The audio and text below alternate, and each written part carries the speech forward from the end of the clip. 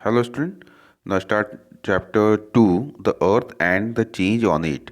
इस वीडियो में हम चैप्टर 2 का exercise A B C D और ई करेंगे। तो सबसे पहले tick the correct option. Which one of the following is not a human activity. तो इसमें से कौन सी एक ह्यूमन की एक्टिविटी नहीं है, तो फॉर्मेशन ऑफ माउंटेन होगा आंसर हमारा। Number 2, which one is a continental glacier. इसमें से कौन सा वो कॉन्टिनेंटल ग्लेशियर है, तो Antarctica.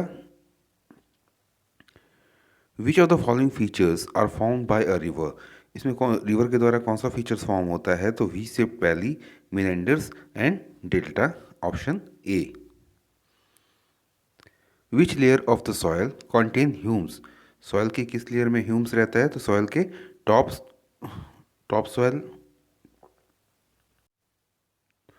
Question number 5, which soil type is capable of retaining moisture and become sticky when wait.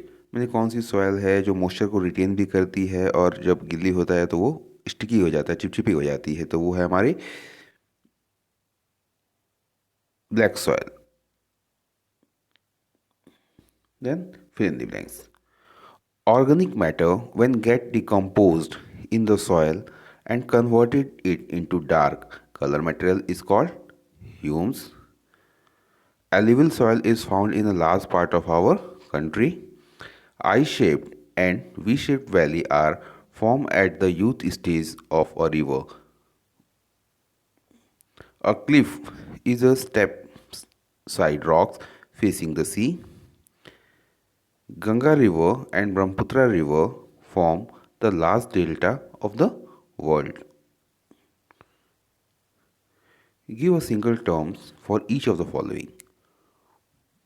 Mounds of sand deposited by wind action in a desert, तो उसको dunes कहते हैं, सैंड ड्यून्स कहते हैं, ठीक है। The process in which gradual wearing and caring away of soil particles take place on the earth surface, तो erosion. The process of laying down of sediment carried by various agent of gradation, तो deposition. मैंने अलग अलग जो agent हैं gradation का जिससे जो डिपॉजिट करते हैं, जैसे विंड हो गया, विंड के कारण देखते हैं कि रेत एक जगह से दूसरी जगह उड़ती है, और ये सारी चीज़ें जो हैं क्या है वो डिपोजिशन का वर्क करती हैं, वेरियस एजेंट्स हैं डिपोजिशन के। A mass of moving ice down the slope glacier revolve of top layer of a soil, तो soil erosion. Removal of top soil, तो उसको क्या कहते हैं, सॉइल इरोजन कहते हैं। Answer the following question. Specify two difference between internal and external forces. तो सबसे पहले internal forces, these forces are active inside the earth and are very fast and sudden. They bring radical change and are easily visible. Example, earthquake. Internal forces के कारण earthquake आता है, वो माने कि विजिबल तो होता ही, अर्थक्वेक आता है तो विजिबल दिखता ही है कि हाँ भाई आया है, सामान हिल रहा है, तो वो क्या होता है, विजिबल रहता है। हाँ, तब external forces, these forces are active on the surface on the earth and very slow. They take place gradually over a long time. They could be due to natural force such as carrying of soil by rainwater, changing in the course of river, wind carrying soil particles with them. तो ये सारी चीज़ें क्या है, ये external forces के कारण हो रहा है। Name the various agent of gradation. Running water, glacier, wind and sea waves are the various source of various agent of gradation. Question number 3, distinguish between transported and residual soil. Transported soil, सबसे पहले transported soil, the weathering process break the rocks into small particles. These are then carried away by water, wind, etc. and later get deposited at a new place. Such soil is called transported soil. में soil का transportation कैसे हुआ, तो water के कारण, wind के कारण जो है सॉइल को एक जगह से दूसरी जगह गया, या तो उसको क्या बोलते हैं, उसको हम बोलते हैं transported soil. Residual soil, when the soil is form by the weathering of parents rocks and remain present on the same site, it is called residual soil. How is a delta form? Delta का निर्माण कैसे होता है? Before meeting the sea, the river become a large and get divided into several distributaries. It is now came to its old stage. The river thus deposits silt, sand, and sediment over a long area near its mouth.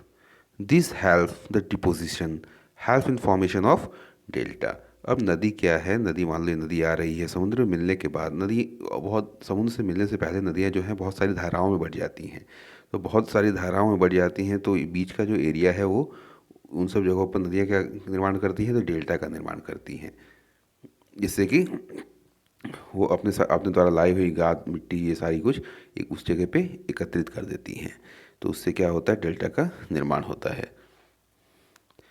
Why is hume formed more rapidly in humid area? Humus is formed by decomposition of dead, decaying organic materials by microbes. The rate of deposition is more in humid area due to growth of microorganisms. Therefore, humus is more rapidly formed in a humid area. Answer the following question. E. Explain weathering. Mention the factors that affect the rate of weathering and soil erosion. तो क्या है? The term weathering refers to the process that break rocks into smaller particles. It includes erosion, deposition.